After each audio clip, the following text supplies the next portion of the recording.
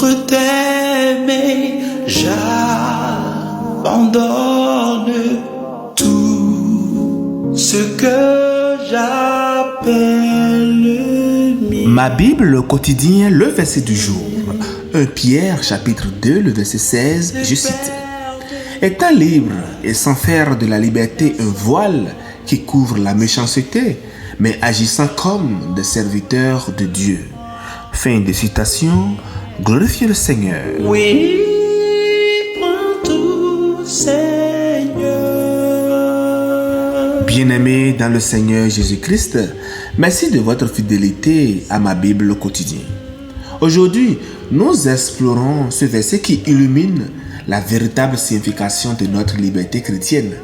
Non pas une liberté à des fins personnelles, mais c'est un appel à nous tous à servir Dieu dans la plénitude de sa grâce. Prenons tous le temps d'écouter ce que Dieu veut nous enseigner aujourd'hui.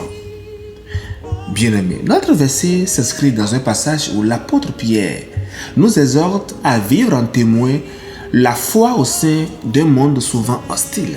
Lorsque nous examinons le chapitre en entier, notamment les versets 11 à 17, Pierre rappelle là notre identité en Christ. Il dit, nous sommes des étrangers et voyageurs sur la terre. Le verset 11, appelés à vivre différemment, loin des convoitises charnelles qui combattent contre l'âme. Pierre nous rappelle également notre témoignage. En vivant une vie honorable parmi les païens, nous pouvons glorifier Dieu. Et c'est le verset 12 qui le dit. Et dans ce contexte, notre verset du jour met en lumière un aspect important, la liberté en Christ. Cette liberté n'est pas une excuse pour couvrir nos péchés ou vivre selon nos propres désirs. Au contraire, elle est une opportunité pour nous d'agir en tant que serviteurs de Dieu. Bien-aimés, le cœur de notre verset repose sur deux concepts clés, la liberté et la responsabilité. En Christ, nous sommes affranchis du péché et de ses conséquences, mais en réalité, cette liberté ne nous appartient pas.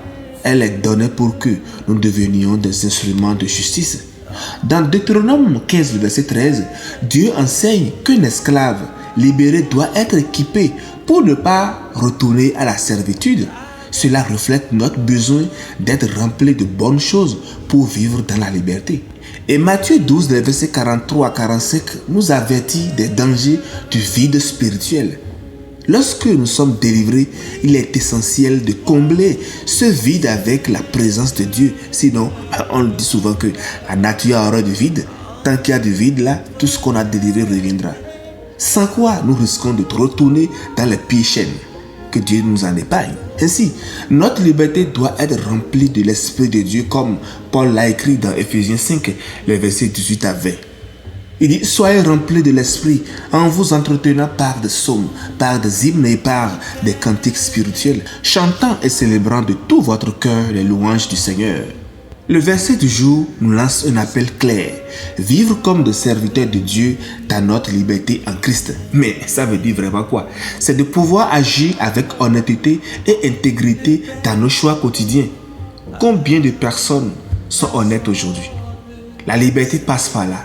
Nous devons utiliser notre liberté pour servir les autres avec amour et remplir notre vie de l'esprit pour ne pas laisser le mal prendre place. Alors la bien-aimée, comment utilisez-vous votre liberté en Christ?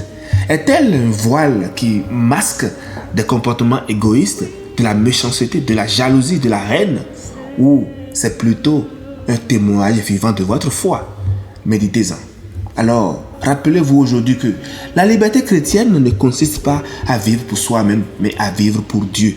C'est dans le service à Dieu et aux autres que notre liberté trouve tout son sens.